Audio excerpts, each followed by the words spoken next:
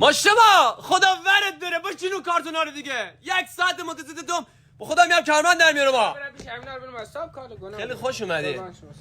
همین یه جفت؟ بله همین. بده کی میخوای؟ بره بابام میخوام روز پدر نزدیکه. چی پدر باش مبارک بشه. 300 تومن. بفهمم. قابل نداره. قربان شما. تخفیفم بدن. نه دیگه. قیمتا نقطه.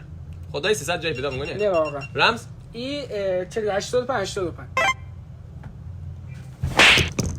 برو چی میزنی؟ تو نفهمیدی بری چی زدمت ولی ما بدونم به چی زدمت. بیا کشیدم رمزم میری عوض میکنی. پلاستیک هم بده دیگه برو.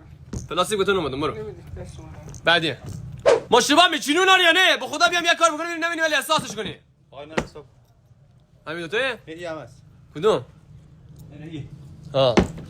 همین ستا؟ بله. میشه 900 تومن. دست دارم. تخفیف نداره؟ مخصوصیم دیگه کجا کفش داری 300 میده بهت؟ واقعا. بس شما دارم. تازه این هم هست. این.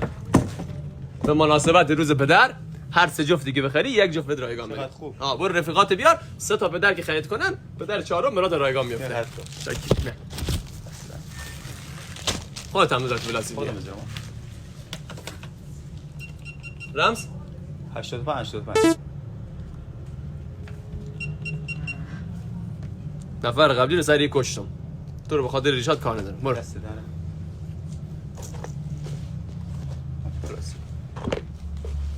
خیلی شده. برو. اینجا فروشگاه کیف و کفش برادران فرخاری. یه حرکت خیلی خفن زدن جدا از قیمت‌های پایینشون برای روز پدر. هر 3 تا کفشی که بخری یه کفش بهت رایگان هدیه میدن. یه حرکت خیلی خفن دیگه بیا اینجا. اسمت چیه؟ علی. اسمش علیه. علیا هم بیان اینجا. کارت شناسایی الکی که نمیگه. نه. کارت ملی که نداری. شناسنامه‌اش نگاه کنین. اگه اسمش علی بود 20% بهش تخفیف بده. تمامی کفشا چه مردانه چه زنانه چه بچگانه میتونید از اینجا خریداری کنید. خیلی کاراشون خفنه. آدرس پیجشون هم این زیره. خیلی مخلصم.